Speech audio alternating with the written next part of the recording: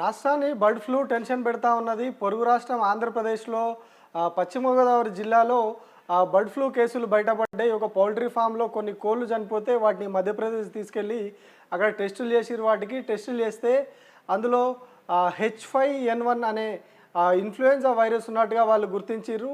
అంటే H5N1 అనేది పక్షులలో వచ్చేది. ప్రధానంగా కోళ్ళు, బాతులలో ఈ వైరస్ వస్తూ ఉంటుంది. సో ఇప్పుడు దీన్ని పశ్చిమ గోదావరి జిల్లాలో ఇది బయటపడ్డది. దీంతో అక్కడ దాదాపు ఒక 17 గ్రామాల్లో కంప్లీట్గా చికెన్ అమ్మకాలు కావచ్చు, కోడిగుడ్ల అమ్మకాలు అన్నీ కూడా ఆపేసిర్రు. అట్లాగే కోళ్ళన్నింటిని కూడా చంపేస్తూ ఉన్నారు. పౌల్ట్రీ ఫామ్లలో కావచ్చు, ఇతరత్ర కావచ్చు, అన్నిటినీ చంపేసే కార్యక్రమం అక్కడ జరుగుతూ ఉన్నది. సో దీంతో తెలంగాణలో కూడా హై అలర్ట్ ప్రకటించారు. కంప్లీట్గా ఇతర రాష్ట్రాలతోటి తెలంగాణకున్న సరిహద్దులన్నిటిని కూడా క్లోజ్ చేసిర్రు. వెటర్నరీ డిపార్ట్మెంట్ సంబంధించినటువంటి ఆఫీసర్లందరినీ అక్కడ మోహరించిర్రు. పశువులు ఇవి బాతులు కావచ్చు, కోళ్ళు కావచ్చు, అట్లాగే కోడి గుడ్లు, అట్లాగే కోళ్ళకు సంబంధించినటువంటి దానా కూడా ఎక్కడ కూడా ఇతర రాష్ట్రాల నుంచి తెలంగాణలోకి రాకుండా సరిహద్దుల్లోనే అడ్డుకుంటా ఉన్నారు. ఎందుకంటే వన్స్ ఒక్కసారి రాష్ట్రంలోకి ఆ వైరస్ ఎంటర్ అయింది, ఒక పౌల్ట్రీ ఫామ్లో కేసులు నమోదైనాయి అని అనుకుంటే అక్కడి నుంచి అది స్ప్రెడ్ అయిపోతూ ఉంటుంది, వ్యాపిస్తూ ఉంటుంది. ఒక పౌల్ట్రీ నుంచి ఇంకొక పౌల్ట్రీకి అది రకరకాల మాధ్యమాల ద్వారా వ్యాపిస్తూ పోతూ ఉంటుంది. మామూలుగా ఇది పక్షుల పేగులలో ఎక్కువగా ఉంటుంది. కోళ్ళు కావచ్చు, బాతులకి ఎక్కువగా ఇది పేగుల్లో నివాసం ఉంటుంది, వాటి పేగుల్లో.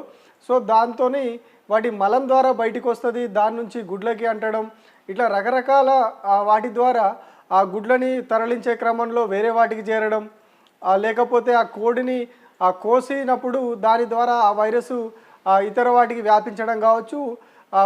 వాటి నుంచి మనుషులకు కూడా కొన్ని సందర్భాల్లో మనుషులకు కూడా వ్యాపించే ప్రమాదం ఉంది. సో ఇట్లాంటి ప్రమాదాలు అన్నీ ఉన్నాయి. తెలంగాణలో పౌల్ట్రీ పరిశ్రమ చాలా పెద్దది, చాలా లక్షల కోట్ల బిజినెస్ నడుస్తూ ఉంటుంది. సో అట్లాంటి పరిశ్రమకి వన్స్ ఈ వైరస్ ఎంటర్ అయింది అంటే చాలా ప్రమాదకర పరిస్థితులు ఉంటాయి, చాలా ఇబ్బందికర పరిస్థితులు ఉంటాయి. కాబట్టి ప్రభుత్వం అలర్ట్ అయింది. అట్లాగే అంటే ఇప్పటివరకు పెద్ద ఎత్తున ఎక్కడ కూడా వైరస్ మన రాష్ట్రంలో బయటపడలేదు. అయినప్పటికీ ఇక్కడ అంటే నిర్ధారణ కాలేదు. అయినా కూడా మేబీ సోకి ఉండవచ్చు. ఎందుకంటే పొరుగు రాష్ట్రం ఏపీలో వచ్చింది, మరికొన్ని రాష్ట్రాల్లో కూడా వచ్చిందని చెప్తా ఉన్నారు. సో ఇక్కడ కూడా ఆల్రెడీ సోకే ఉంటుంది. కాబట్టి రాష్ట్ర ప్రభుత్వం ముందస్తుగా చికెన్ తినొద్దు అని చెప్పి, అట్లాగే కోడి గుడ్లు కూడా తినొద్దు అని చెప్పి ఇప్పటికే హెచ్చరికలు జారీ చేసింది. సో ఎందుకంటే వాటి ద్వారా చాలా రేర్ కేసెస్ అని చెప్తా ఉన్నారు. బట్ అంటే ఇందులో వైరస్లో కొన్ని డిఫరెన్సెస్ ఉంటాయి. ఏదైతే ఈ బర్డ్ ఫ్లూలో వాటికి కోళ్ళకి సోకేది, కోళ్ళు బాతులకు సోకేది కావచ్చు, మనుషులకు సోకేది కావచ్చు. ఇందులో కొన్ని డిఫరెన్సెస్ ఉంటాయి. ఇందులో కోళ్ళకు బాతులకు సోకేది H5N1 అనే వైరస్ మాత్రమే కోళ్ళకు సోకుతుంది. ఇందులో H1N1, H2N2 ఇట్లాంటి ఒక 3-4 రకాల వైరస్లు మనుషులకు సోకుతాయి. సో ఇప్పుడు వచ్చింది H5N1. ఇది కేవలం కోళ్ళు, బాతులలో మాత్రమే కనిపిస్తూ ఉంటుంది.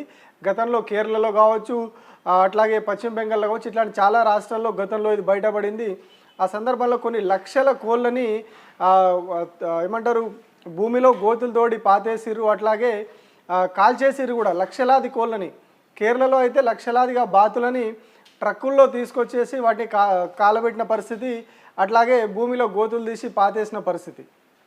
ఇదంతా కూడా ఒక దారుణమైన పరిస్థితి ఉన్నది. సో అందుకని ఇది ఎక్కడ స్ప్రెడ్ అవుతుందో తెలంగాణలో ఉన్న భయంతో ప్రభుత్వం ముందస్తుగా హెచ్చరికలు జారీ చేసింది. అట్లాగే చికెన్ కానీ కోడిగుడ్లు కానీ తినొద్దు అని చెప్పింది. అట్లాగే ఇవే కాదు, బాతులతో కూడా జాగ్రత్తగా ఉండాలి. ఎందుకంటే బాతులకు కూడా ఈ H5N1 అనే వైరస్ సోకే ప్రమాదం ఉన్నది. అది సోకినప్పుడు దాని నుంచి అది తిన్నప్పుడు, ఆ గుడ్లు కానీ చికెన్ కానీ తిన్నప్పుడు, అంటే పూర్తి స్థాయిలో ఉడకకుండా అది తిన్నప్పుడు అది వాటి నుంచి ఆ వైరస్ అనేది మనిషిలో కూడా సోకే ప్రమాదం ఉంది. అయితే ఇందులో వైరస్లు కొంత వేరియేషన్ ఉన్నప్పటికీ, వైరస్ రకాలలో వేరియేషన్ ఉన్నప్పటికీ అందులో జరిగే ఆ మార్పులు అనేటివి చాలా వేగంగా ఉంటాయని చెప్తా ఉన్నారు. అది H5N1గా ఉన్నటువంటి ఆ వైరస్ అనేది H1N1గా కూడా మారే ప్రమాదం ఉంది అని చెప్పి కూడా నిపుణులు హెచ్చరిస్తూ ఉన్నారు. సో వన్స్ అది బాడీలోకి ఎంటర్ అయిన తర్వాత దాని రూపాంతరం చెంది మనిషిలో కూడా తీవ్రమైన ఇబ్బందులు తీసుకొచ్చే అవకాశం ఉంటుంది. అది సోకినప్పుడు తలనొప్పి కావచ్చు, జ్వరము, శ్వాస సంబంధించిన సమస్యలు ఇట్లాంటివన్నీ వచ్చే ప్రమాదం ఉంది.